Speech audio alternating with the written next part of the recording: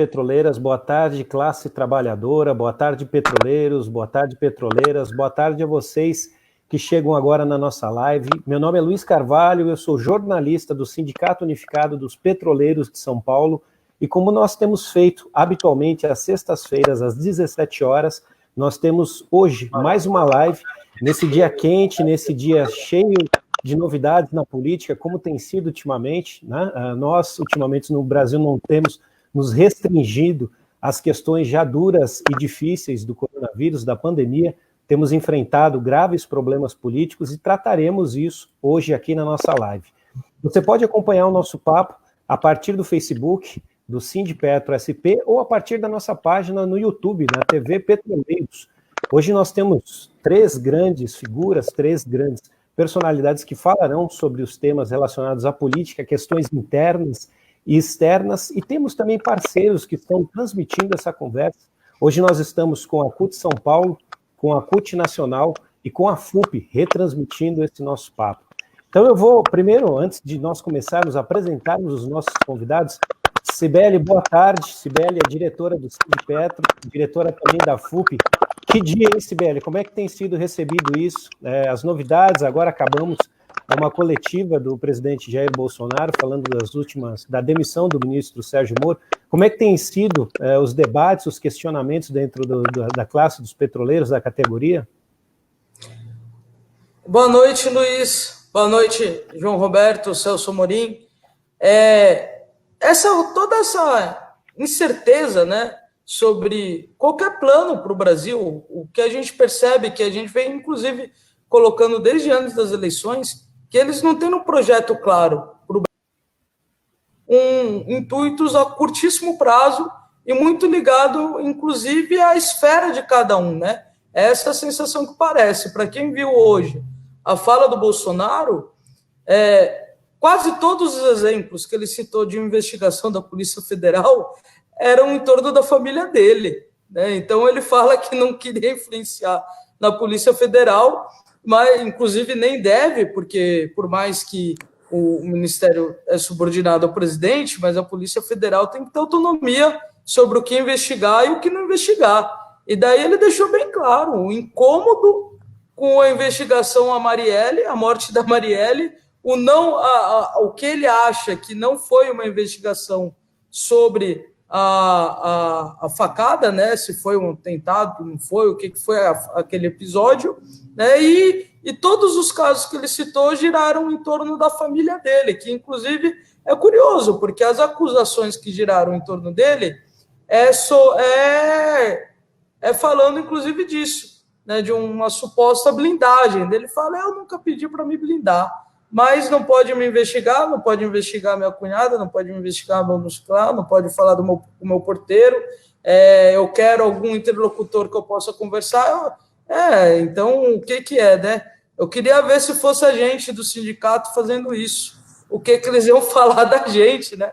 Porque a gente, só da gente lutar pelos nossos direitos, eles falam que a gente está querendo interferir, colocar o comunismo no Brasil, né? Se lutar por um auxílio emergencial, por exemplo, é coisa de comunista. Onde que realmente vai parar? Pois é, Cibele, é uma questão complicada e difícil. Você, com outros companheiros petroleiros, né, estiveram recentemente fazendo uma ocupação durante a greve, agora recente greve em defesa, justamente contra a demissão, em defesa de direitos, mas a gente vai falar um pouquinho mais sobre isso daqui a pouco. O ministro Celso Amorim, e recebemos também hoje o professor titular sênior da UFSCar, professor João Roberto. Boa tarde, seja bem-vindo, professor.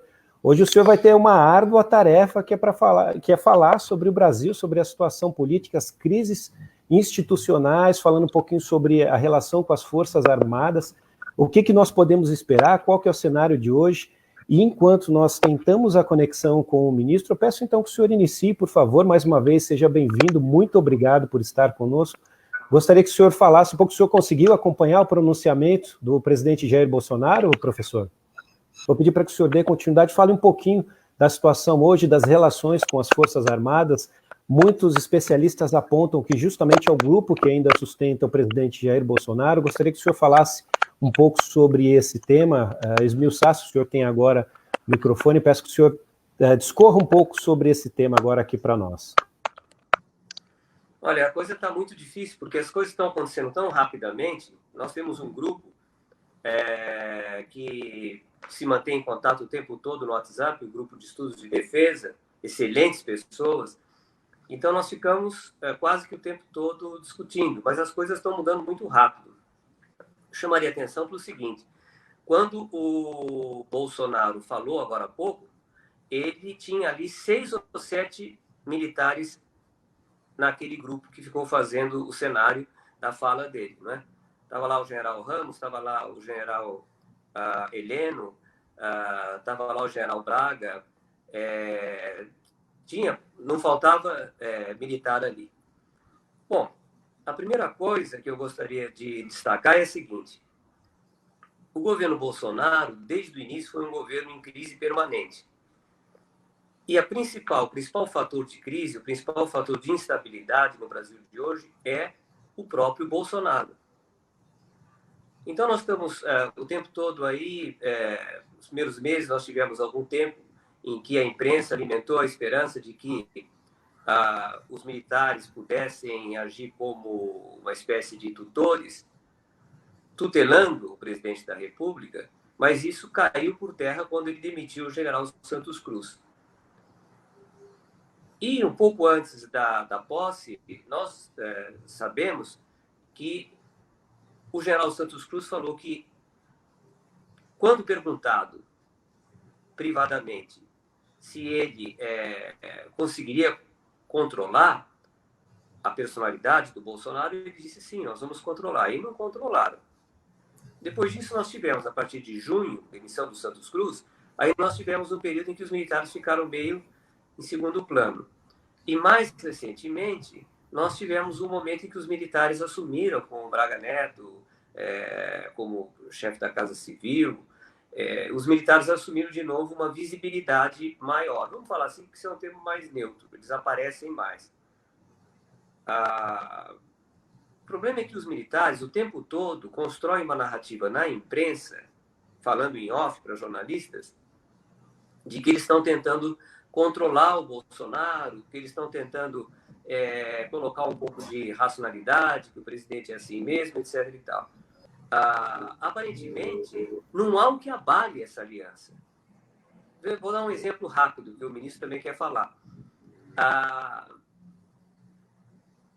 O general Vilas Boas falou recentemente que o Bolsonaro é um democrata.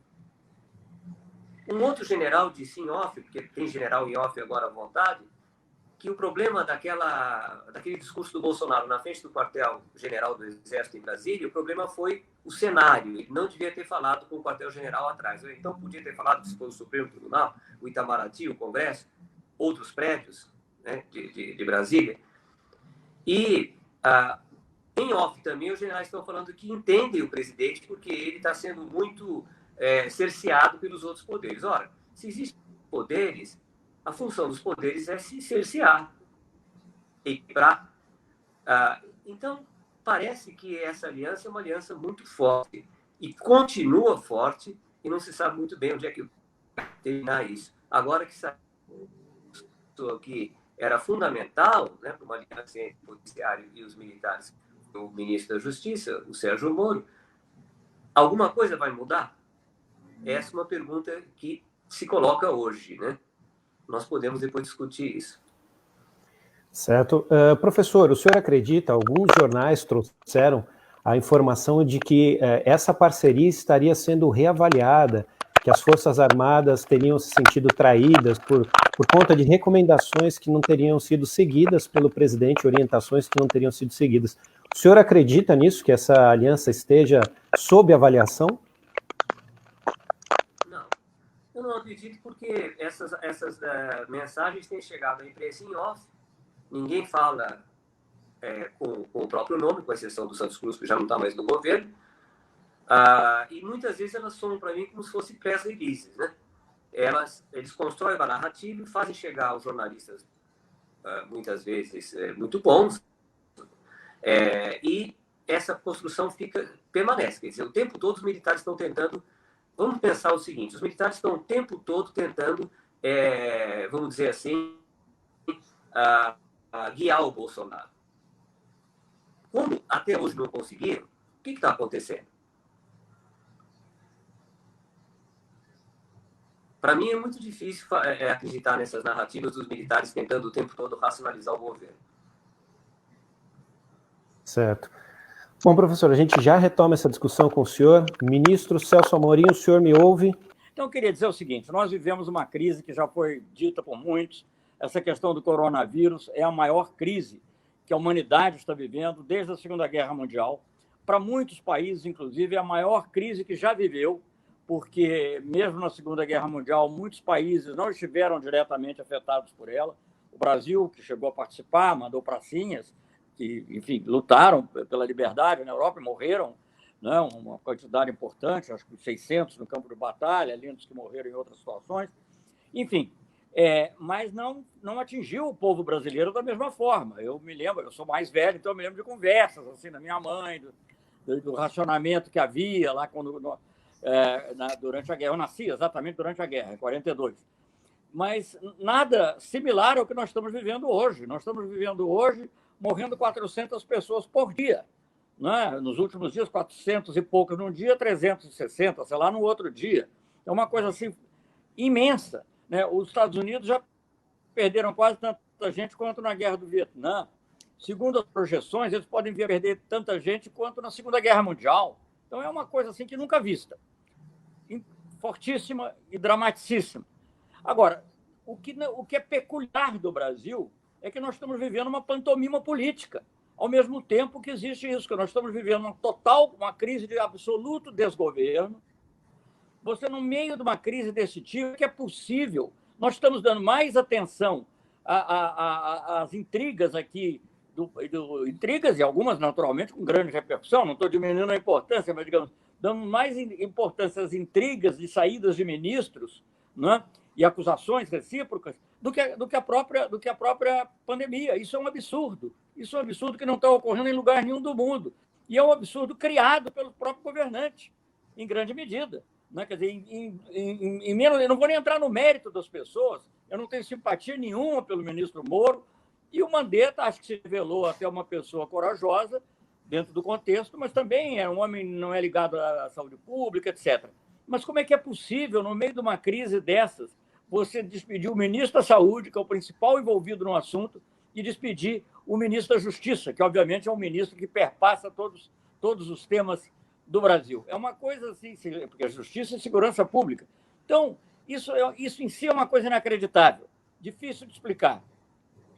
Bem, eu acho que, digamos, há uma certa expectativa, talvez, que eu fale um pouco sobre a situação internacional, eu posso falar num segundo momento, mas no primeiro momento eu digo, a imagem do Brasil fora, que já era muito ruim, passa a ser muito pior. Né? Uma imagem de desgoverno, o próprio Moro que chegou, já tinha desgastado muito a imagem também no mundo por causa da aceitação do convite para ser ministro e também pelas revelações do Intercept, mas, bem ou mal, era uma figura popular, conhecida.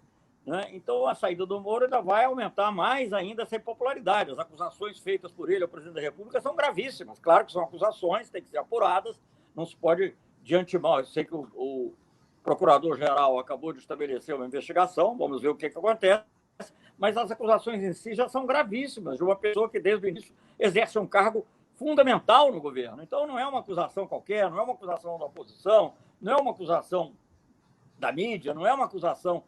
São acusações feitas pelo ministro da Justiça. O ministro, tirando a Casa Civil, que andou mudando de posição, é o ministro que fica ali do lado do presidente, logo em seguida da Defesa, logo em seguida das Relações Exteriores, pela hierarquia. Eu sei disso porque eu exerci 2 pastas. Então, não é possível que isso seja uma coisa... Isso não é uma coisa normal. Então, nós vamos viver numa total anormalidade, e essa normalidade agrava imensamente pela falta... Eu não vou entrar nem nos detalhes que todos conhecemos, o que se passou, o debate com os governadores, se o que não tem que ter distanciamento, que quer relaxar as restrições. Não vou entrar nisso, porque isso é muito falado. Mas, digamos, o simples fato de vivermos essa descoordenação, o simples fato de nós estarmos agora preocupados com a demissão do ministro da Justiça e com as acusações do ministro da Justiça ao presidente da República, mostra o desgoverno que nós estamos vivendo. Então, eu acho que isso é o pior de tudo. Então, o problema, nós estamos chegando a um ponto que não dá nem mais para falar mal do governo, porque não há governo. Há uma pantomima que se desenrola em Brasília, gravíssima, né? E isso o mundo todo percebe, a nossa fragilidade. Vou dar 2 ou 3 exemplos da área internacional, só para mostrar um pouquinho como é que isso se reflete fora, antes, inclusive, desse último fato. O Brasil sempre liderou questões ligadas à saúde. Eu, quando fui ministro, até antes, quando eu fui embaixador em Genebra, na época do governo Fernando Henrique Cardoso, a gente tem que falar as coisas como elas são. Eu trabalhei muito junto com José Serra para conseguir uma flexibilidade para as patentes farmacêuticas, que é para poder facilitar as licenças compulsórias, muito importantes para nosso combate à AIDS. Depois, como ministro Lula, agimos muito, de maneira de grande liderança dessa questão da saúde. Fizemos a primeira licença compulsória para fazer, foi feito pelo ministro Temporão, mas eu tive que defender lá fora. Tivemos inúmeras ações práticas, concretas, em relação a esse tema, e a nossa liderança era de tal ordem que eu já estava posto em sossego como ministro aposentado, já tinha sido para ser chamado para ser presidente da UNITAID, uma das organizações participando agora do chamado que o secretário-geral da ONU, juntamente com o diretor-geral da Organização Mundial de Saúde, fizeram. Então, o Brasil, que tinha uma posição de liderança, ele está hoje totalmente esquecido, né? E só para isso no plano multilateral. O Brasil deixou de copatrocinar uma resolução importantíssima que o México propôs. Ela acabou passando por consenso, então não teve oportunidade nem de votar a favor ou contra, mas não copatrocinou. Eu fui ver lá a lista, 179 países tinham aprovado, isso é praticamente a ONU inteira. Fui me interessar em quem não copatrocinou, Estados Unidos, Brasil. Até Reino Unido, do Boris Johnson, todos eles apoiaram. Então é uma coisa escandalosa isso. Eu podia dar inúmeros exemplos, mas o Brasil está fora. E no plano bilateral, o Brasil tinha uma parceria estratégica com a China, tem ainda formalmente. Foi o primeiro país com o qual a China estabeleceu uma parceria estratégica. No governo, não foi no governo, entre aspas, esquerdista do Lula ou da Dilma, foi no governo do presidente Itamar Franco. Eu era ministro das Relações Exteriores quando Jiang Zemin, que era presidente da China, fez a primeira visita de Estado dele. A primeira visita de Estado dele foi ao Brasil. Ele viagem que ele passou por, se eu não me engano, onde havia uma reunião internacional dos países do Pacífico, parou no aeroporto em Havana e teve contatos, naturalmente, provavelmente Fidel Castro foi até o aeroporto, mas a primeira visita de Estado foi ao Brasil e foi aí que nasceu a parceria estratégica entre Brasil e China, que já deu inúmeros frutos, algumas coisas tinham até começado antes, inúmeros frutos, a maior cooperação espacial entre 2 países em desenvolvimento, enfim, coisas desse tipo. Então, nós tínhamos, e é hoje, como todos sabem, estão cansados de saber, o nosso maior parceiro comercial. Então, o Brasil hoje era para ser um sócio privilegiado. Nessa hora em que todos estão precisando da experiência da China, independentemente dela ter errado ou não no começo, não sei, não vou entrar nesse problema. Mas o fato é que hoje ela tem experiência, tem o equipamento, tem os tratamentos, tem tudo que é necessário. O Brasil era para ser o primeiro e vai ser o último, porque pelos desaforos que foram feitos contra o governo chinês, que não estão na história da diplomacia. Gente, nem quando se vai declarar guerra para um país, se fala o que se falou da liderança chinesa e da atitude chinesa aqui no Brasil. Isso não existe, não é como antes foi com a França, na questão do clima. Então, é uma coisa muito grave. O Brasil sempre foi visto muito mais no governo Lula. Eu digo isso com muito orgulho por ter servido o governo Lula. No governo Dilma, eu fui ministro da Defesa, eu posso falar menos, embora tenha havido atitude, coisas muito importantes no campo da defesa também, mas o Brasil era sempre visto como um líder, um país que resolvia problemas. E hoje o Brasil é visto como um país que cria problemas. Cria problemas no clima, cria problemas no coronavírus, isso não tem fronteira, então os outros países têm medo. A Argentina hoje está morrendo de medo do que se passa no Brasil, é noticiado imediatamente, 400 mortos no Brasil. Uma coisa assim terrível. E cria problemas para o seu próprio povo, por essa desordem. Se o presidente tinha uma visão diferente dos governadores, ele tinha que chamar todos os governadores, conversar, chamar os especialistas, os cientistas. E nessa coisa conta na opinião de um presidente. Não, o presidente tem que liderar e coordenar, é óbvio, mas é a opinião dos cientistas, é a opinião da Organização Mundial de Saúde. E isso é o que não está acontecendo. Isso é um desastre total.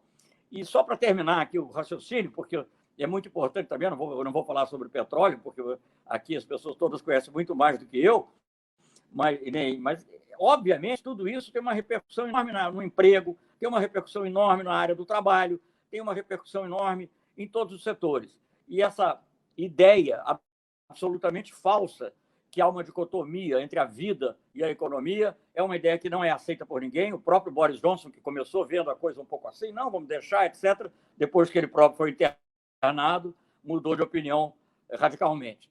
E hoje diz que o National Health, que é uma espécie de SUS deles, com mais recursos, mas é um SUS, é o saúde criado pelo governo trabalhista e não pelo conservador.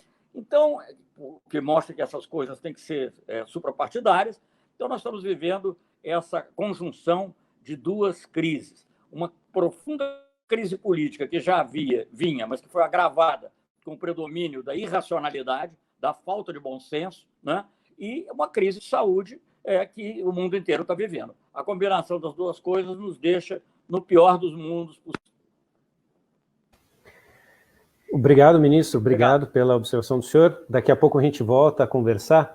Cibele, pegando esse gancho do que o ministro falou sobre o impacto nos empregos, né, nas bases, nós temos a Petrobras, que passa governo, entra governo, quando sai um governo com um viés mais popular, mais democrático, mais desenvolvimentista, sempre se entra em pauta a questão da privatização da Petrobras. Nesse momento, a gente tem um corte geral, né, um achatamento da economia. Como é que isso tem impactado para a categoria? O que se tem discutido nas bases, especialmente a partir de um governo que, estranhamente, né, vive essa dicotomia, sendo militar, mas, ao mesmo tempo, não sendo nacionalista? É um embrião meio estranho aí. Como é que tem sido, que tipo de impacto que isso tem tido e como é que tem sido discutido isso entre os petroleiros e petroleiras?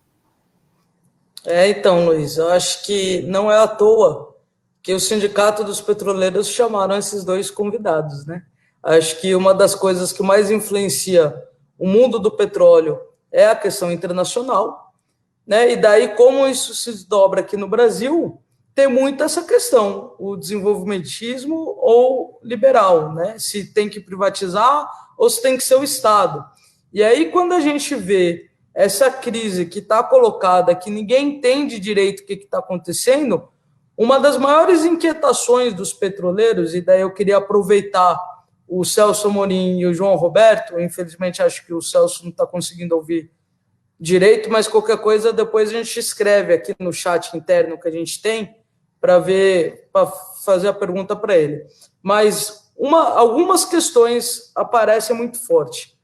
É lógico que quando a gente fala de governo militar, uma preocupação muito grande da liberdade, né, dos direitos civis, organizativos. A gente sofreu muito na ditadura em relação à livre organização dos trabalhadores, né? A gente, na Petrobras, essa gestão é completamente diferente, inclusive da gestão colocada pelo Temer, no Pedro Parente. Ambos defendiam a privatização da empresa, e ambos não prezavam pelos direitos trabalhistas.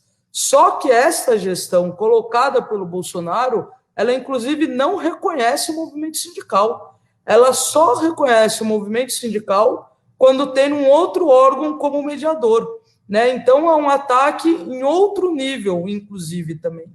Só que a categoria fica um pouco dividida quando fala em exército, porque ao mesmo tempo que sofreu muito em relação às liberdades, tem nesse imaginário de que as Forças Armadas seriam nacionalistas e colocariam um freio na questão das vendas das refinarias, da privatização da empresa.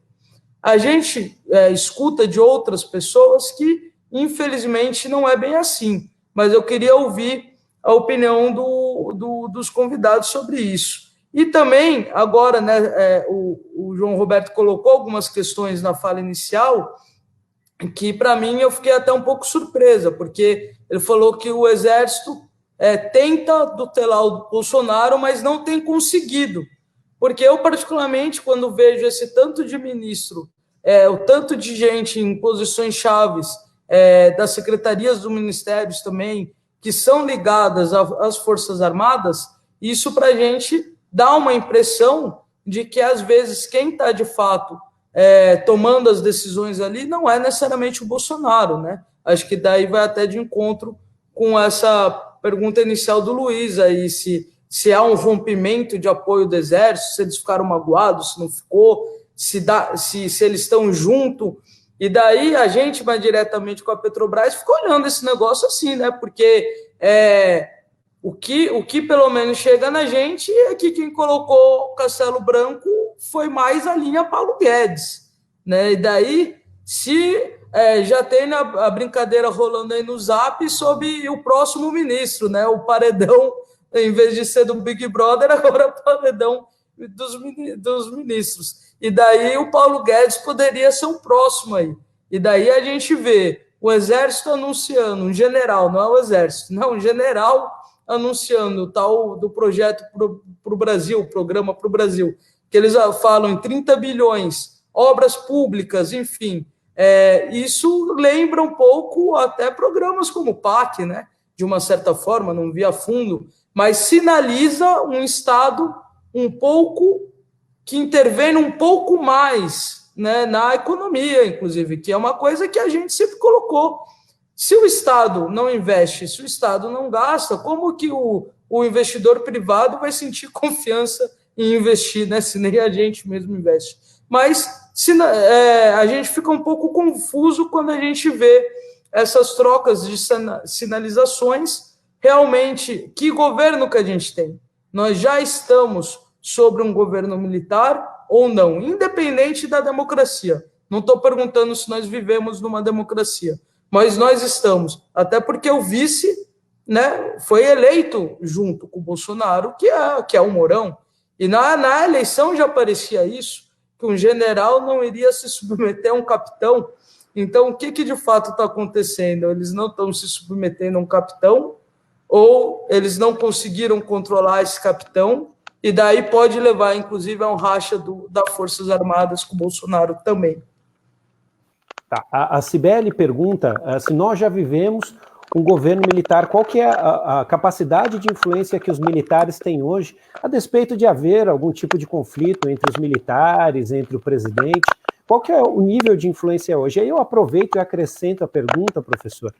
Hoje, conforme a Cibele apresentou, o militar Braga Neto, né, um dos líderes do governo, apresentou um projeto para o Brasil, um programa para o Brasil.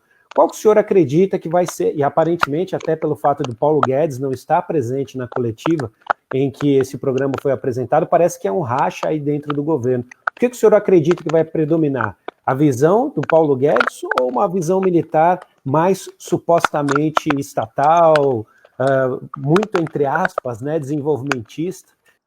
Eu guardei da fala do ministro, saudade do ministro como ministro das Relações Exteriores, que a questão da irracionalidade, né? Realmente, nós estamos vivendo uma fase que a gente não fica louco porque não, né, não é bom.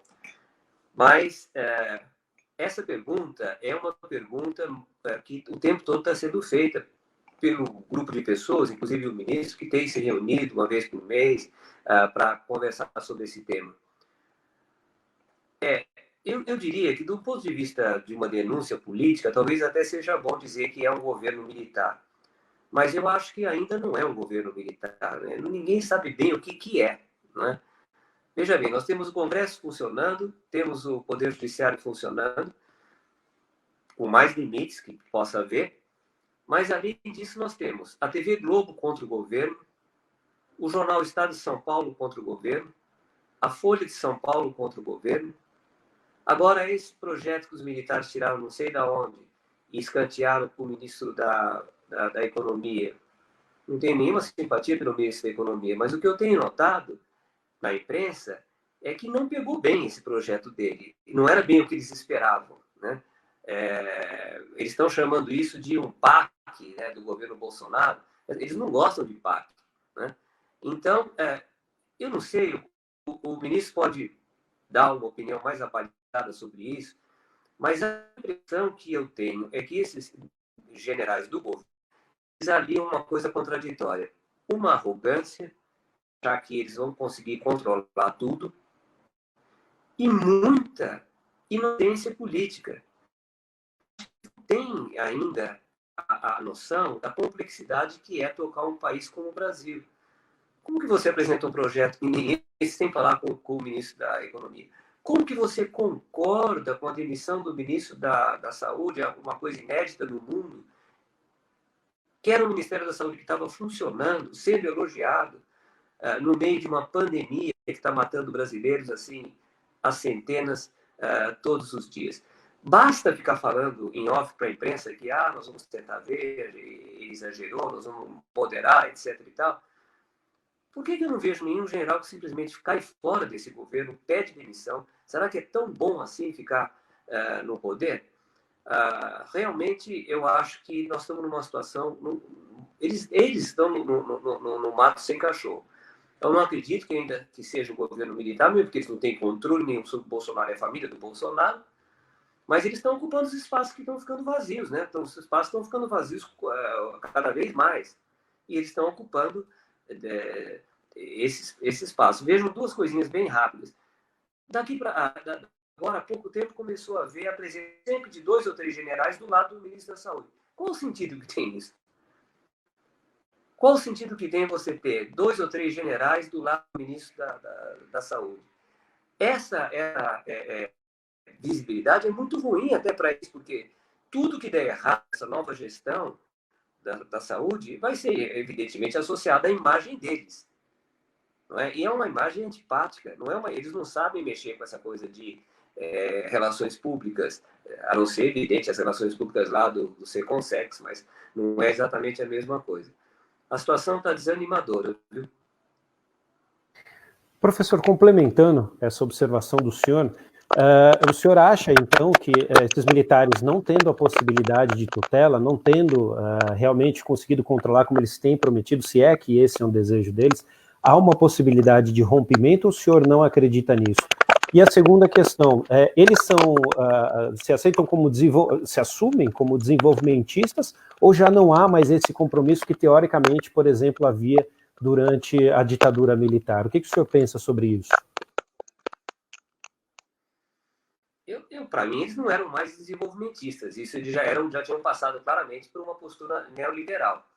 Eu acho que esse esforço desse programa é mais no sentido de dizer que os militares são capazes de resolver alguma coisa, não tanto no sentido de convicção, de que o Estado tem um papel, como antigamente, né, o autoritarismo desenvolvimentista.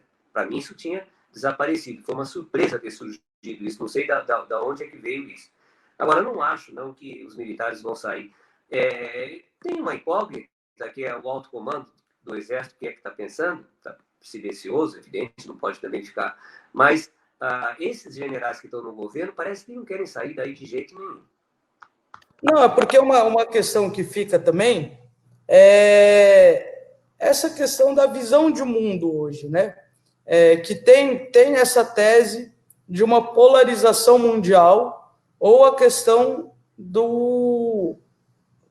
de uma ordem um pouco menos centralizada em 2 potências, né?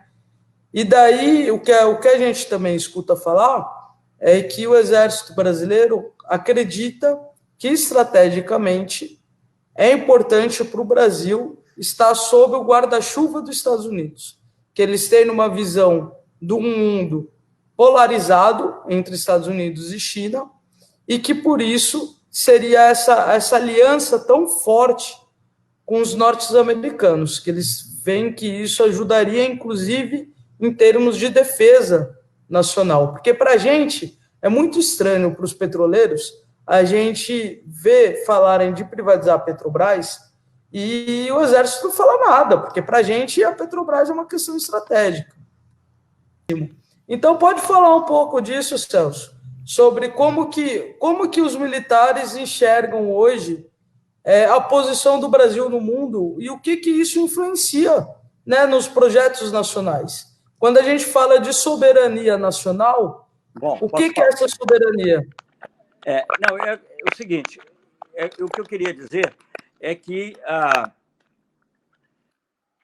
eu acho que, digamos assim, não é uma coisa tão nítida que os militares tenham feito uma opção por uma visão estratégica de subordinação aos Estados Unidos. Não vejo. Eu fui ministro 3 anos e meio, não percebi isso lá, senti, assim, uma certa inércia, como os Estados Unidos é o lugar... Bom, primeiro porque tem uma atração muito grande para servir em Washington, é dessas coisas que diplomata também gosta, e o ápice da carreira. O Braga Neto foi adido militar dos Estados Unidos. Em geral, você pega essas pessoas que têm cargos importantes, elas passaram por lá.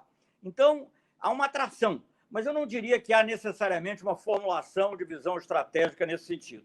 Na época que eu fui ministro da Defesa, no governo Dilma, na sequência do que já havia sido criado no governo Lula, havia o Conselho Sul-Americano de Defesa, que é algo que seguramente os americanos não gostavam. E os militares brasileiros seguiam aquilo. Enfim, eu não sei se era uma coisa fingida, se era de coração ou não, mas eu acho que havia um esforço, sim, de seguir aquilo que a política externa estabelecia e que a política de defesa, estratégia de defesa, que fala da integração sul-americana, por exemplo, enfim, estipulava. Por exemplo, foi criado naquela época um curso por iniciativa da própria Escola Superior de Guerra só para países da América do Sul. Isso nunca tinha acontecido antes, que a gente só pensava em termos das Américas, o hemisfério. Então, quer dizer, não acho que haja assim necessariamente isso com muita força. Eu acho que há, por outro lado, sim, digamos assim, uma visão. Eu sempre brinco um pouquinho, porque é difícil você defender, mas digamos assim, uma espécie de visão Globo News que os militares têm da realidade brasileira, em que corrupção é uma coisa muito importante. É uma visão de classe média, digamos assim, de classe média. Então, o impulso de cada um varia um pouquinho, mas eu acho que seria, digamos assim, um pouco precipitado. Eu acho que agora mesmo, quando nós estamos nessa situação dramática que nós estamos vivendo, o pronunciamento do Braga Neto, embora, digamos, seja muito difícil prever se aquilo pode ser executado ou não, mas ela vai numa linha totalmente diferente do total entreguismo do Guedes, que prevê a ação do Estado, seja diretamente, seja em parcerias públicos-privadas. Ela me lembra mais do tipo de formulação da época do Reis Veloso, sem os recursos, naturalmente, que havia naquela época. Mas eu não acho que se possa dizer que há uma definição estabelecida.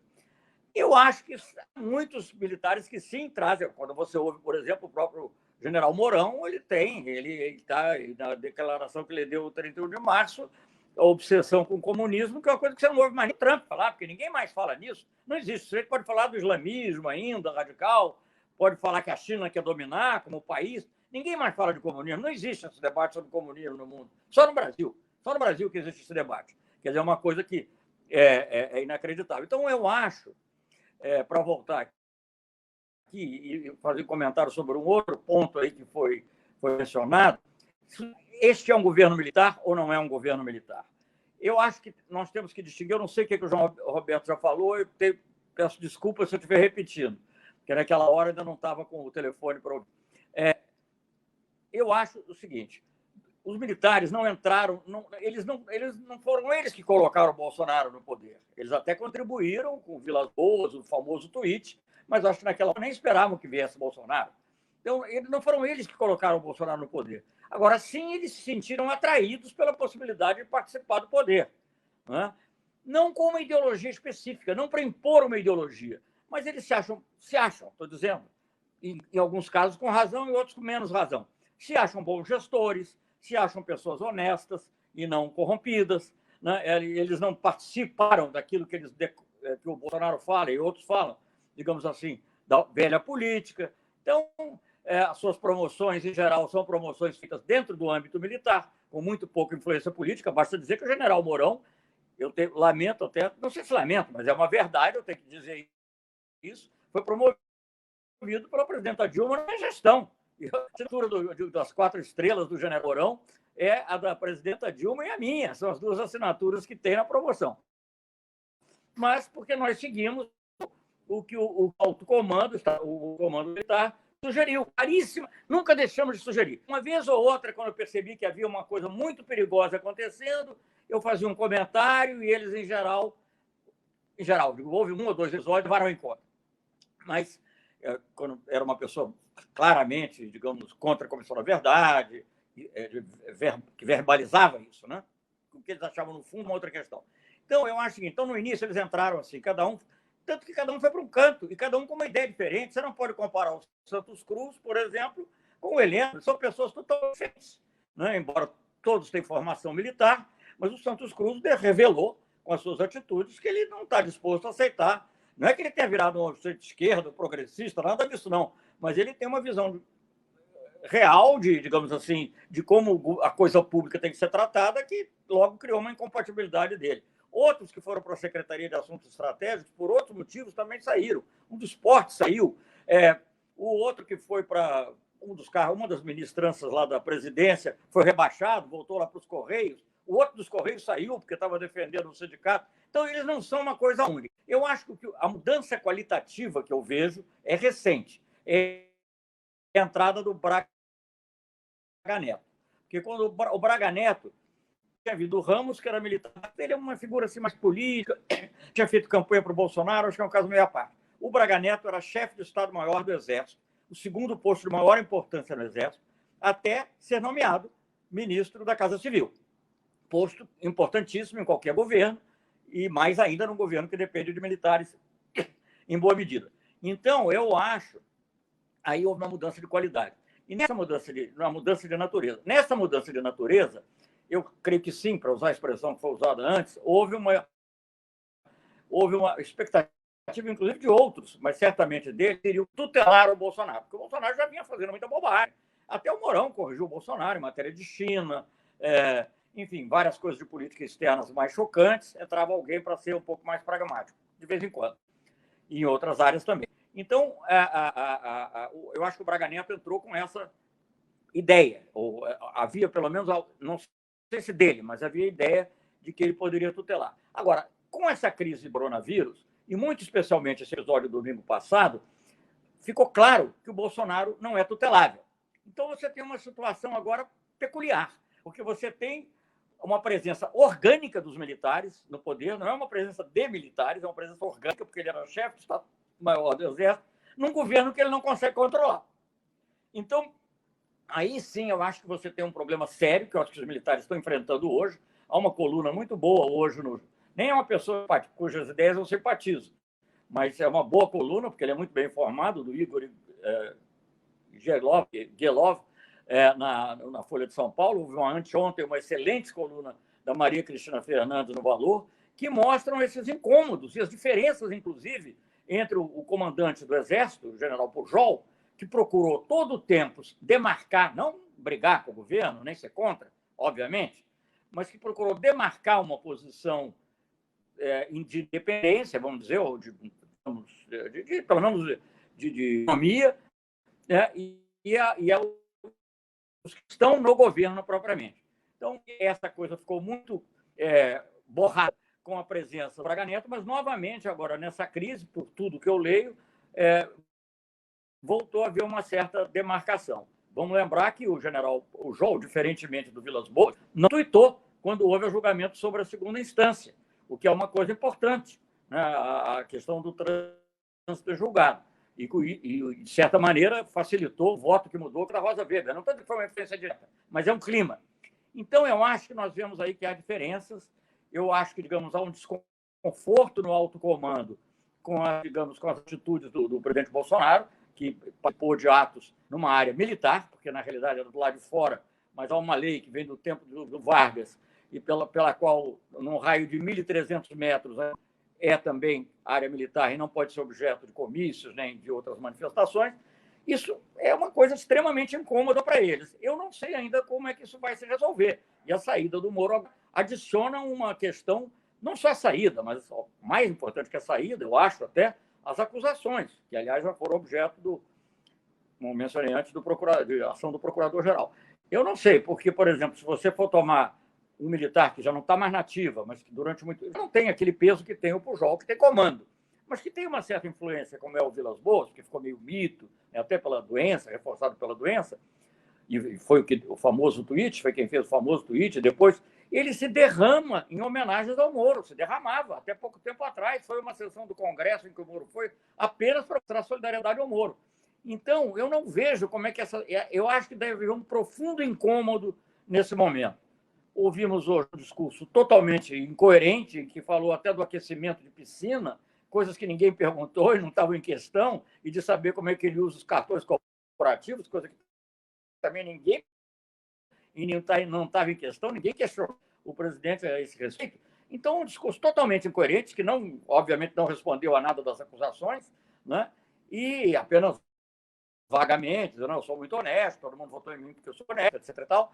Mas e não vem ao caso, que é um problema político. Ninguém está acusando imediatamente, ou pelo menos não é, enfim, não é do tipo de acusação que ele estava se defendendo. Então, eu acho que esse discurso, as atitudes do domingo passado, que incomodaram muito pelas informações que a gente tem, o alto comando, cria uma situação em que eles se sentem numa arapuca. Por outro lado, o empoderamento do Braga Neto, inclusive com a possibilidade de entrar na área econômica. Eu não sei que desfecho isso terá, mas, de qualquer maneira, fazendo um plano à la PND, né? Que ainda sem saber como é que vem o dinheiro, porque ele disse que vai manter a PEC dos gastos, é impossível, eu acho impossível, mas, enfim, isso é outro aspecto. Vamos supor que seja possível, né? Se ele mostrou que ele acha possível, em que tem presença do Estado, parcerias público-privadas, etc., a suspensão das privatizações, algo que é importante, pode ser pela razão que for, mas eu acho que suspender as privatizações é uma coisa boa.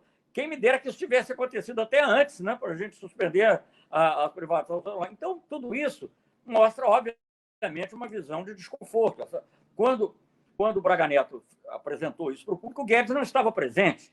Então, mostra aí um desconforto. Aliás, o Guedes era hoje, se eu não me engano, o único ministro com máscara. A minha mulher que estava comigo, você vai ver, assim, não sabemos até se depois do Moro vem outra coisa.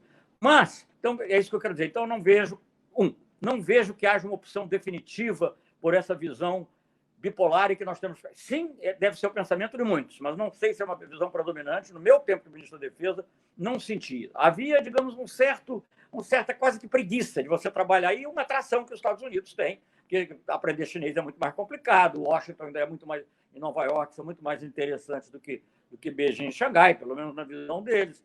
Então, isso tudo funcionava como atração. Mas, veja bem, nós tomamos várias atitudes importantes, já no governo anterior, por exemplo. Submarino nuclear, submarino de propulsão nuclear com a França. A França é uma potência do Ocidente, a da OTAN, mas frequentemente com dissidências em relação aos Estados Unidos, na área estratégica. Uma vez eu ouvi do primeiro-ministro francês a seguinte frase, assim, ele estava pensando em voz alta, na época era o François Fillon, depois foi candidato a presidente, perdeu. Ele veio aqui para visitar a base, lá onde está sendo feito os submarinos, aqui no Itaguaí. E ele visitou, ficou muito impressionado e depois assim, pensou em voz alta. Eu não sei como é que os Estados Unidos deixaram. Ele próprio, ele francês, surpreso de que não tenham pressionado tanto. Enfim, não sei. Mas o fato é esse. Estávamos fazendo programas de satélite de observação, foi assinado quando o Rugental veio ao Brasil para o BRICS, um acordo muito importante de satélite militar, não de ação militar direta, mas de observação da Terra, etc. e tal. Estávamos discutindo, com presença do chefe de Estado-Maior das Forças, conjunto das Forças Armadas, que foi lá negociar isso, o general Denard, estávamos discutindo artilharia antiaérea com a Rússia. Então, eu não sentia nessa grande resistência, não sentia dizer, não, vamos fazer com os Estados Unidos. Compramos, afinal, decidimos a compra dos caças suecos, né, que é o que oferecia a maior transferência de tecnologia, com imensa pressão americana para a gente comprar o F-18. Então, eu não acho, sinceramente, que se possa dizer que houvesse uma opção definitiva. Eu acho que eles se amoldam muito a certas situações. Eles querem ter posições de relevo. E, digamos, com a queda da Dilma, a subida do Temer, do jeito que a política estava andando, eu acho que é provável que muitos tenham procurado mesmo ver dessa maneira. Alguns já viam, outros procuraram ver, mas não acho que isso seja uma coisa definitiva. Esse é o ponto 1. Segundo ponto, militares no governo. Eu acho que sim, nós estamos vivendo hoje um momento em que organicamente eles estão presentes, por causa da presença sobretudo, né? Não única, mas porque o resto, o Heleno ele pegou, claro, dar conta, mas é como ele podia ter pego um diplomata também, nem por isso ia fazer um governo diplomático, né? Já houve vários diplomatas no governo em outras funções, nem por isso era um governo diplomático. Talvez não tanto na proporção quanto dos militares. Mas, enfim, então eu acho que a presença do Braga Neto é uma mudança qualitativa e os desdobramentos disso, como veio o coronavírus, a queda do Mandetta, agora a queda do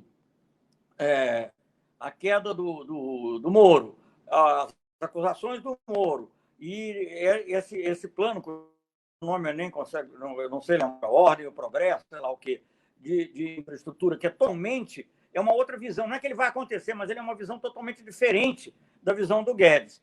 Então, eu não sei ainda o que vai acontecer, eu só vejo que, como eu disse outro dia, essa presença, que inicialmente era para tutelar, mas, na verdade, como o Bolsonaro é intutelável, eu acho que os militares, com todo respeito, entraram numa arapuca e eu não sei como é que eles vão sair disso.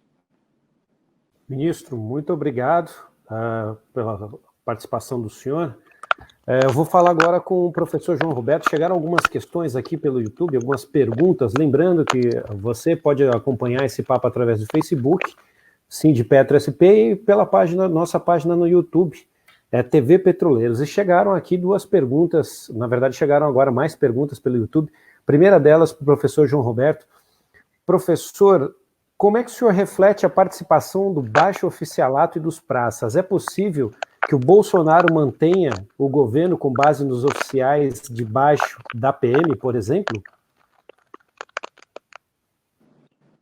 Essa é outra pergunta também que a gente fica aí na expectativa, procurando algum sinal, né? Eu acho que as Forças Armadas não vão permitir alguma quebra de hierarquia dentro das Forças Armadas, porque, afinal de contas, o princípio fundamental de qualquer exército no mundo é a disciplina, né? E a hierarquia. Eu tenho dúvidas com relação à área cinzenta do governo Bolsonaro. Eu tenho dúvidas com relação às PMs, vejo o que aconteceu no Ceará, e também tenho dúvida com relação a setores ainda mais marginais, que eu não vou nem dizer o nome, que apoiam também o governo. Mas é evidente que se o presidente tentar fazer aquilo que ele sabe fazer melhor, que é agitar, que é semear a discórdia, que é pescar em águas turvas, se ele for tentar fazer isso, ele rompe realmente com os militares. Mas, vamos dizer assim, os praças que ficarem satisfeitos com a reforma da Previdência, a reestruturação da carreira militar, mas isso não implicou no rompimento com o Bolsonaro. Os pontos de contato ideológicos são muito fortes. É isso que eu ia perguntar agora para o senhor, professor. O senhor acha que essa afinidade, né, o ministro já falou um pouquinho sobre isso, mas o senhor acha que essa afinidade, ela é uma afinidade relacionada à ideologia, uma afinidade ideológica, ou uma afinidade de espaço por ter espaço dentro do governo? Como é que o senhor acha que eles se encontram, o governo e os militares, nesse sentido? Eu acho triste o nível de identidade que eles têm com o ideário do Bolsonaro, que o meio militar tem, nas três forças. E gostaria de tocar num ponto aqui que é importante. A minha geração, alguns um pouco antes, nós começamos a estudar a questão militar nos anos 70. Alguns começaram no começo dos anos 70. A aposta que a minha geração fez foi a aposta de democratizar a política de defesa do Brasil. Para isso, nós fundamos uma associação, que é a Associação Brasileira de Estudos de Defesa.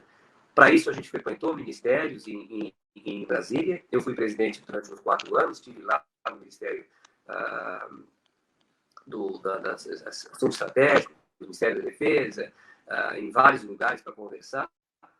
Para isso, a gente aceitou os oficiais, muito bom nos cursos de pós-graduação, principalmente na Universidade Federal Fluminense. Para isso, nós tínhamos um diálogo muito bom com os militares dentro da BEG, um diálogo que era admirado por pessoas de outros países da América Latina. Mas essa minha geração é profundamente, hoje em dia, desiludida com os militares dessa geração.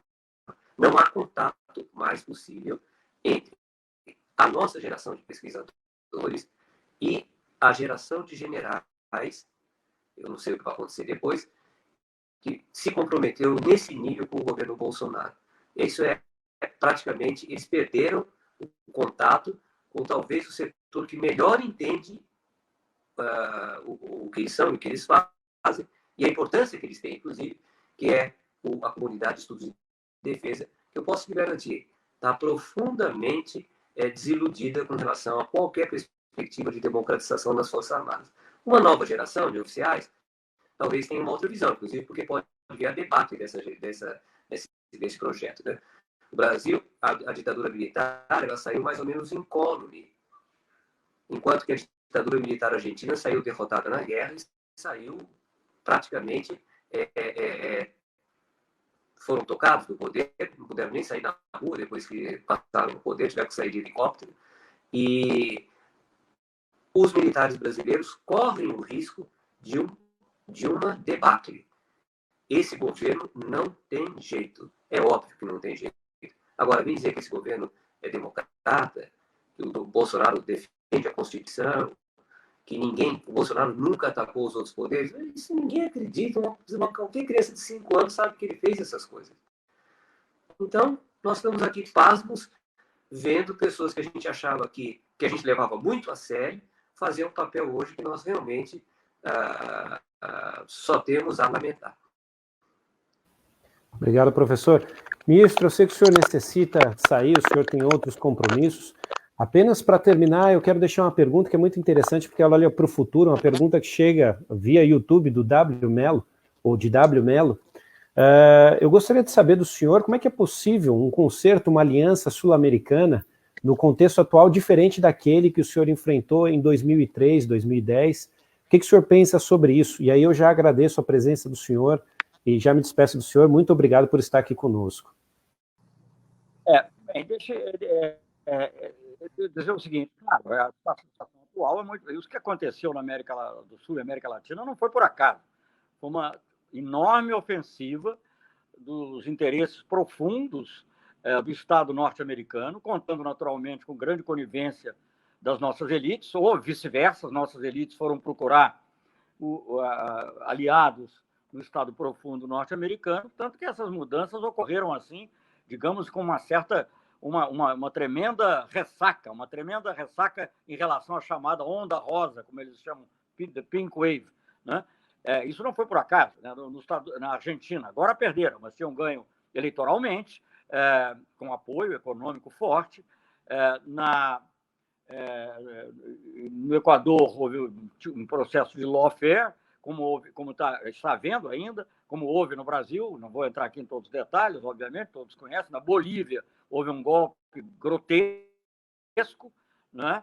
E com a minha morte, inclusive, o presidente Evo Morales, as pessoas que eu conheço, participo do grupo de Puebla, ajudaram, inclusive, a que o Evo Morales pudesse ir para o México. Então, isso é uma coisa... E são governos não só de direita, são governos de extrema-direita na sua ação prática, né? Que destruíram a Unasul, quer dizer, houve primeiro uma desativação já no governo Temer e, na época do Bolsonaro, uma saída formal. E, por exemplo, para chegar perto da sua pergunta, o Conselho de Defesa Sul-Americano, que fazia parte da Unasul, foi junto, como foi, aliás, um instituto muito importante para a cooperação, no momento seria muito importante, que era o ISAGS, que era o Instituto Sul-Americano de Governança em Saúde, foi presidido, que também no âmbito da Unasul, foi presidido inicialmente pelo Temporão, que foi ministro nosso, depois por uma ministra equatoriana. Bom, tudo isso era fumaça nesse momento, e eu acho que vai ser difícil reconstruir, mas não impossível. Agora, depende de circunstâncias. Não é necessário, quero frisar, que estejam todos os governos progressistas. Mas, de alguma maneira, o que acontecia é que o progressismo tinha hegemonia das ideias na nossa região. Então, uma pessoa de direita, indiscutivelmente de direita, como era o Uribe, presidente, o Álvaro Uribe, presidente da Colômbia, se associou na Unasul. Ele participou, assinou o Tratado Constitutivo da Unasul em Brasília, no dia da sua criação, em 2008. O Álvaro Uribe participou da criação da CELAC, veio aqui na reunião da Bahia, depois foi ao México, CELAC, Conselho... de Cooperação Latino-Americana e Caribenha. Então, era um homem de direita. O começo, o início da operação que resultou no Unasul foi pela linha do comércio, foi pela linha econômica, e foi entre o Mercosul, na realidade, inicialmente, entre o Brasil e o Peru, que era um governo de centro-direita. Então, esse problema não é um problema de esquerda ou direita, ou pelo menos não é predominantemente um problema de esquerda ou direita, é um problema de uma visão de mundo em que a América do Sul tem mais a ganhar estando unida. Veja bem, o Mercosul, que serviu de embrião para o Unasul e que, felizmente, pelo menos não foi destruído formalmente, o Mercosul, a origem é governo Sarney e Alfonsin, mas a criação formal é governo Collor. Ele é institucionalizado no governo Itamar, e ele continua enfim, com altos e baixos, mas continua no governo Fernando Henrique e é muito fortalecido no governo Lula. Mas então, se mantém no governo Dilma, em que também essa parte da Unasul de Defesa se desenvolveu. Então, o que eu acho, não é necessário que... Eu acho que vai haver... Agora, me permita, eu vou entrar numa coisa de divagação, mas tem que ser. Eu acho que essa crise é muito séria e ela vai mexer nas estruturas, inclusive estruturas mentais do mundo. Eu acho que dificilmente o capital financeiro continuará a ter a predominância que ele teve. Não vai ser fácil, né? Ele vai sair fácil ou não. Mas eu acho que a resistência a ele vai ser muito grande. E eu acho que nesse contexto vão surgir oportunidades, claro que não é possível um governo como nós temos hoje. Mas eu não sei o que vai acontecer, mas 2022 tem eleição, sei lá. O fato é que eu acho que essas coisas não ficarão assim. E eu acho que basta, por exemplo, a eleição dos Estados Unidos ganhar o Biden, para ela, essa aliança servil, porque não é só ser pró-americano, essa aliança servil que existe hoje em relação ao Trump, perder nada hoje, mas pode ter uma aparência de sentido. Não está tendo nenhum sentido prático. Enfim. Então, eu acho que o que eu quero dizer é o seguinte: se você for ver os documentos, tipo Estratégia Nacional de Defesa, Política Nacional de Defesa, depois acho que foram fundidas, não sei, Política Nacional de Defesa, e o Livro Branco da Defesa Nacional, estou falando, em alguns casos, a revisão foi feita na minha época, que já existia desde a época do governo Lula e do ministro Bin, em outros casos, foi o primeiro, que foi o caso do Livro Branco. Todos esses documentos, eles são altamente compatíveis com uma visão de soberania, de uma política externa ativa e altiva, nós dizíamos. Nada que choca. Então, como eu também mencionei para vocês antes, rapidamente, as buscas de diversificação dos grandes parceiros. É muito difícil. Isso exigia, obviamente, no caso do Brasil, muitos anos para que, digamos, a cultura realmente mudasse, mas estava mudando. Eu acho que não foi uma coisa que veio dos militares para a sociedade. Infelizmente, veio da sociedade para os militares e os militares absorveram. Essa questão da nova bipolaridade com a China, ligação com os Estados Unidos, enfim, e tudo mais que aconteceu. Então, eu acho que sim, é possível mudar, não será fácil, vai depender de cada país o que acontecer, né? Eu, enfim, mas eu vejo, digamos, ao mesmo tempo que haverá tendência, em algum momento, por uma coisa mais fechada, um nacionalismo mais fechado, que pode não ser saudável, ao mesmo tempo vai haver, sim, também uma ênfase maior na autonomia correta, como, por exemplo, a defesa da Petrobras, do nosso petróleo, das nossas riquezas, da Embraer, coisas assim, e também, ao mesmo tempo, acompanhada de uma visão da cooperação internacional. E só para terminar, o mundo, na minha opinião, vai ter que ser, o sistema da ordem internacional vai ter que ser, em grande parte, reconstruída. China vai ter uma força muito maior do que teve no passado, os Estados Unidos continuarão a ser uma potência importante, se não caírem no isolacionismo completo. A União Europeia não morreu. Eu sempre lembro aqui a frase do Mark, né, aquele escritor humorista inglês, que dizia: os rumores sobre a minha morte são altamente exagerados. Então, eu acho que o caso da União Europeia, essa vai se refazer, vai se reconstituir, e nós temos que participar da construção dessa nova ordem. O Brasil é importante, será importante se mudar essa situação política, na minha opinião, mas o Brasil não é importante o suficiente, não tem peso suficiente. O Brasil precisa da América do Sul e da América Latina. E eu acho que os precisam mais ainda, se eles quiserem se afirmar. Então, para terminar, há uma luz de esperança, são os governos progressistas na Argentina, pode formar uma espécie de eixo do bem atualmente, e que esse eixo do bem terá uma influência em outros países da região, e vamos esperar para ver o que acontece no Brasil. E vamos primeiro vencer o coronavírus, primeiro a vida, e a vida o emprego. Certo, ministro, muito obrigado pela participação do senhor, muito obrigado por estar conosco.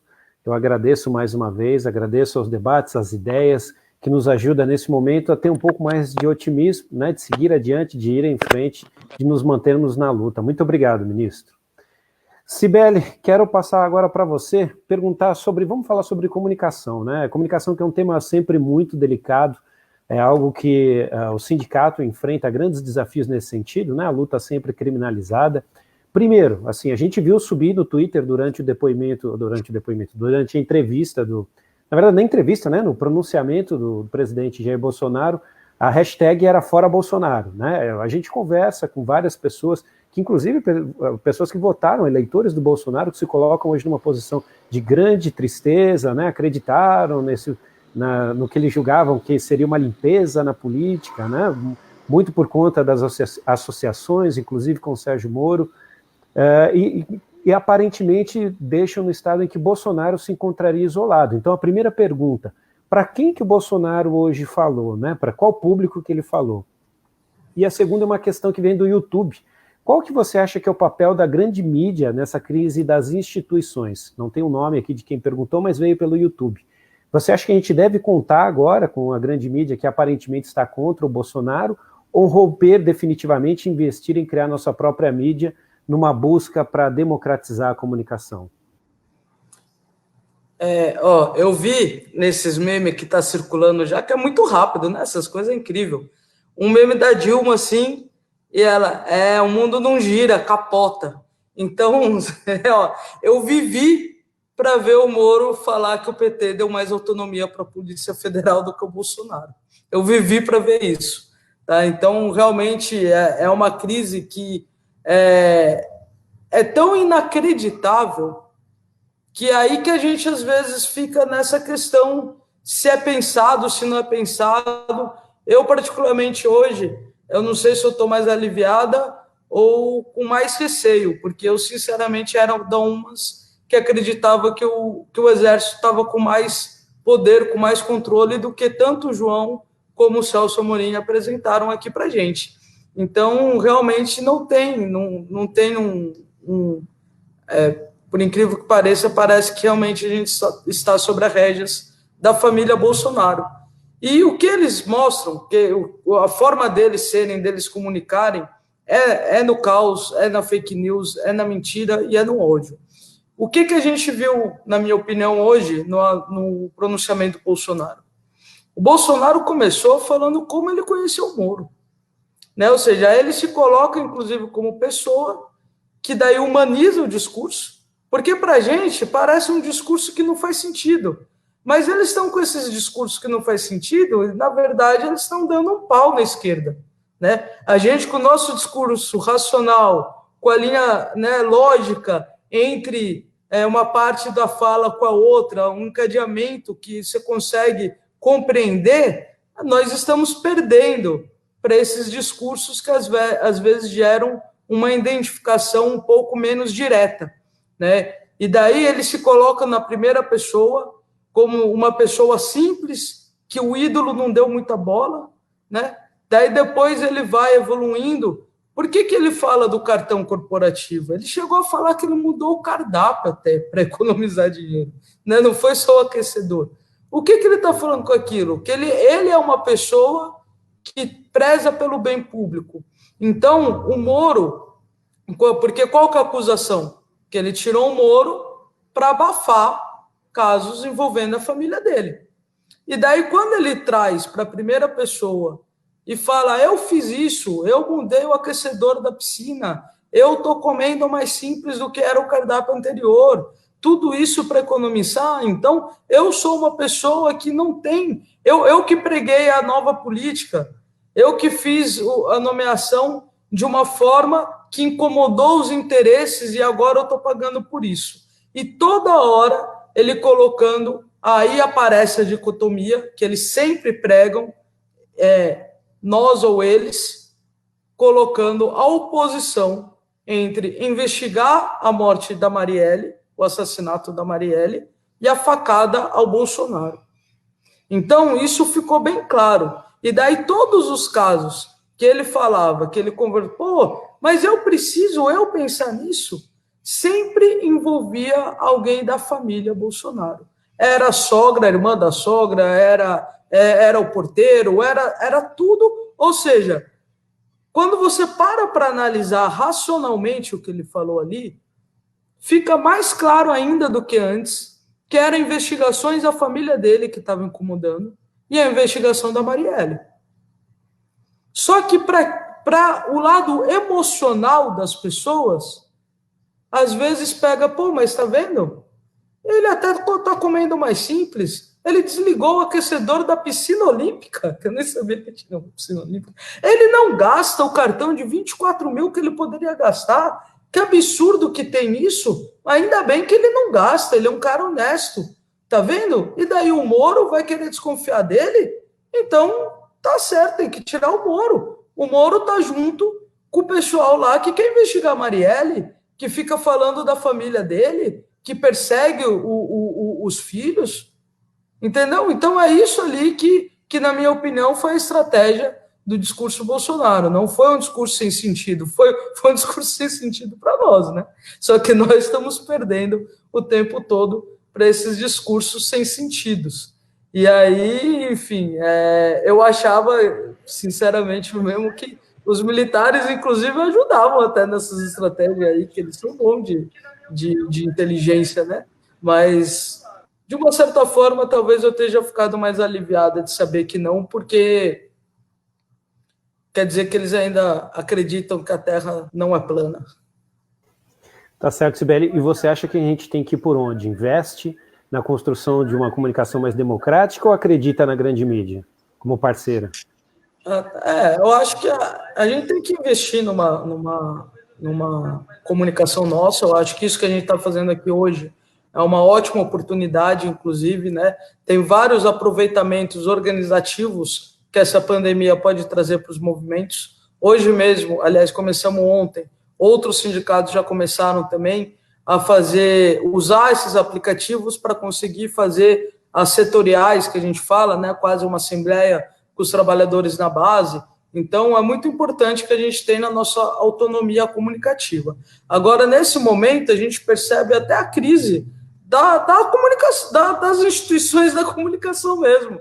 Assim como eu vivi para ver o Moro falar que o PT dava mais autonomia para a Polícia Federal, a gente também está vivendo para ver a Globo, enfim, não se colocar contra um governo de direita, né? E daí fica essa questão da Record com a Globo. E daí isso, em um certo sentido, eu acho até curioso, porque traz, às vezes você percebe as nuances das diferenças das matérias, aí você tem até uma diversidade que antes a gente não tinha na mídia brasileira, né? Ela era tudo contra o PT, contra a esquerda, batia, só, né? Era uma voz única. Agora, todas são a favor das reformas econômicas, né? Isso é unânime entre os meios de comunicação, aí, principalmente televisivo, mas há uma diferença, principalmente no que toca à pauta de costumes, de liberdade, de organização, e inclusive daí também o quanto a religião tem que, né, fazer parte da vida cotidiana das pessoas, né, via Estado ou não. Então, eu acho que essa crise que a gente está vivendo no governo, ela está também transparecendo nos meios de comunicação, mas a gente tem que ter o nosso.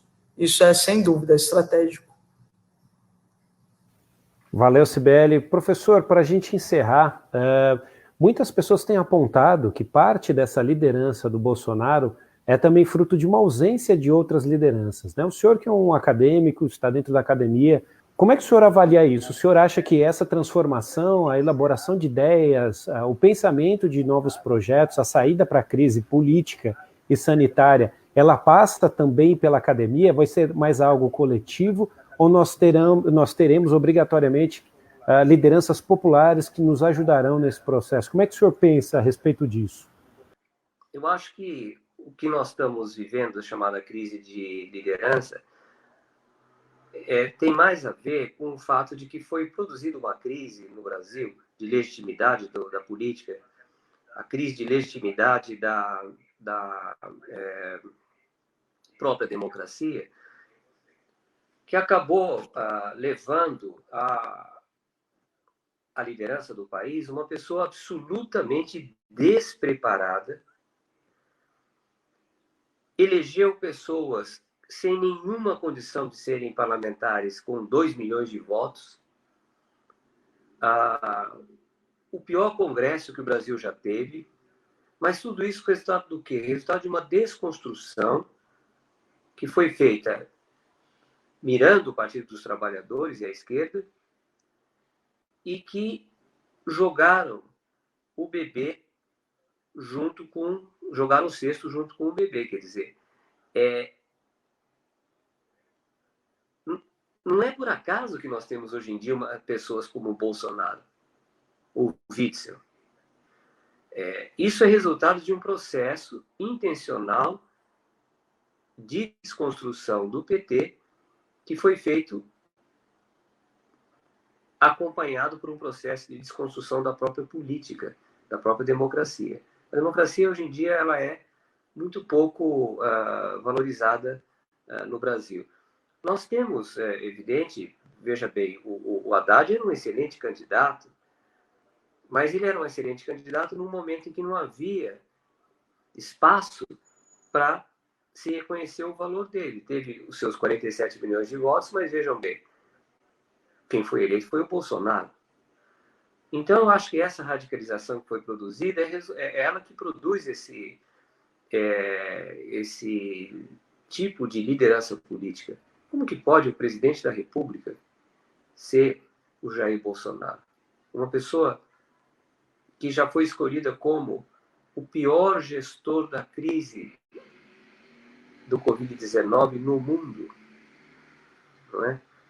Agora, se você for ver, eu tenho aí 2.600 amigos no Facebook. Nossa, é um grupo de pessoas absolutamente bem informada, progressista, antenada com as coisas, generosa, humanista.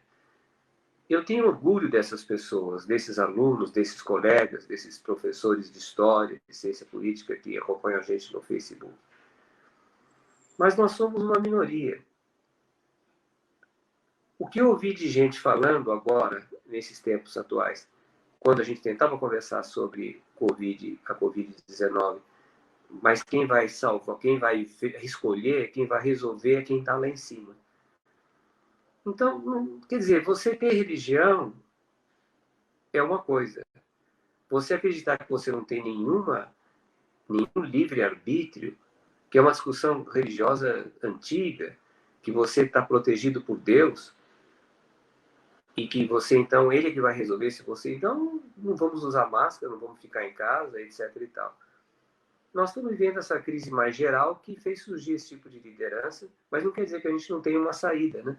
A gente talvez demore um bom tempo, mas aí deve vir uma síntese dessa desgraça toda que a gente está vivendo. Uma dúvida, o senhor é otimista diante do que a gente está vivendo hoje? Ainda bem que essa pergunta não foi para mim, viu?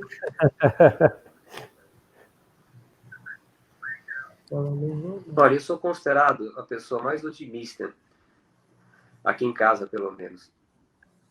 Mas eu não tenho esperança, não. Não sou otimista mais, eu estou pessimista com o Brasil. Eu não entendo como é que o Brasil foi escolher um presidente como esse. Eu não entendo como as pessoas até hoje não se desligaram dessa lealdade a esse presidente. Eu acho que, infelizmente, eu não posso falar que eu estou pessimista. Eu estou bastante desanimado com a situação. Professor, obrigado pela atenção do senhor, muito obrigado por estar conosco, contribuiu bastante para as nossas reflexões, para a nossa luta. Eu agradeço a presença do senhor e repasso agora para você a mesma pergunta, então, Sibeli. Falou, ainda bem que não vai escapar dessa. E aí, você está otimista? Eu falei brincando aí, aproveitando o delay do professor, mas eu sou sim, eu sou otimista. Eu acho que a gente também... a gente está na linha de frente, né? No dia a dia, conversando com as pessoas, tudo, eu não consigo acreditar que a maior parte da população brasileira seja de fato ruim, que eles tenham esse ódio como uma essência do ser deles, vamos colocar assim. Eu acho que eles são muito hábeis em conseguir canalizar desejos, pautas justas, que às vezes são as nossas também, né? E consegue canalizar para outra coisa. Tem uma parte que é conservadora, isso não dá para a gente negar, não é nem o homem todo bom, nem o homem lobo do homem. né? Tem de pessoas de todos os tipos.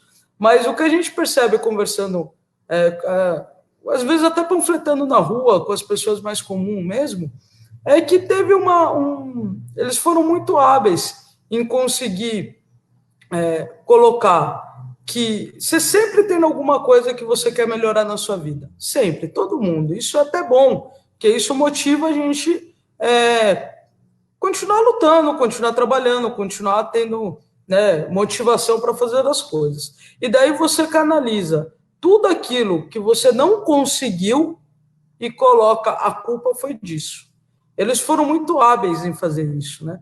Eu acho que é um desafio de fato a gente entender esse comportamento. Por isso que eu fiz essa provocação quando veio a pergunta, né, da comunicação e da fala do Bolsonaro, porque eu acho que a gente ficou um tempo muito racional, e o ser humano ele é completo, ele é emoção, ele é razão, ele é sentidos, ele dói, ele sente fome, né? Eu acho que a gente precisa voltar a conseguir trabalhar todas essas esferas, né, da nossa pessoa. E daí a gente talvez consiga deixar de sentimentos bons serem usados para ações ruins, que isso é um perigo que ele é constante na história da humanidade, né? E eu acho que a gente cai, a gente apanha e vai servindo para o lombo ficar mais grosso, né? E cada ação nossa a gente percebe que vai tendo uma reação. E se está tendo uma reação, é porque a nossa ação ainda está surgindo efeito, né? Não é à toa também que eles elencam a gente como principal alvo nos discursos deles. É porque eles sabem da força que a gente tem, né? E às vezes a gente está com tanta dificuldade de ver essa luz no fim do túnel que a gente começa a duvidar disso.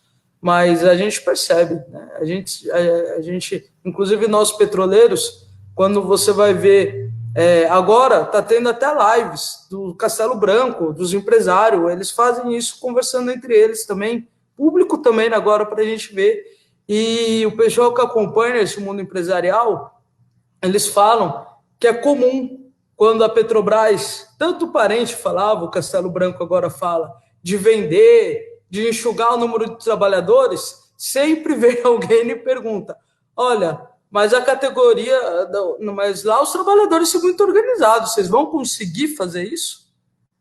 Então você vê que às vezes a gente tem uma força que a gente até duvida que a gente tem. Mas o nosso trabalho é esse do dia a dia, é esse do formiguinha, nós estamos aprendendo a dominar mais essas novas tecnologias, que aí, de fato, eles dão né, mais de 7-1 para cima da gente, mas a disputa é essa, sempre foi, né? E o que a gente tem que ter clareza é que nem todo mundo da esquerda fala abertamente isso, mas a nossa pauta é o amor, né? E o amor, eu acredito que ele prevalece ainda. Muito bacana, é isso mesmo, Sibeli, eu concordo plenamente com você, e eu acho que fragilizar-nos mentalmente, psicologicamente, fazer com que nós paremos de acreditar em nós, na nossa capacidade de luta, na nossa capacidade de mobilização, é a prioridade número 1, né? É assim que eles conseguem avançar. Sibeli, muito obrigado pelas suas contribuições, professor João Roberto, muito obrigado pelas contribuições do senhor, obrigado por estar aqui conosco. Nós encerramos agora a nossa live. Um grande abraço a todos, bom final de semana, e lembremos que nós somos a força que impulsiona o Brasil, então não vamos deixar de acreditar em nós mesmos. Obrigados a todos vocês, e um ótimo final de semana para todos.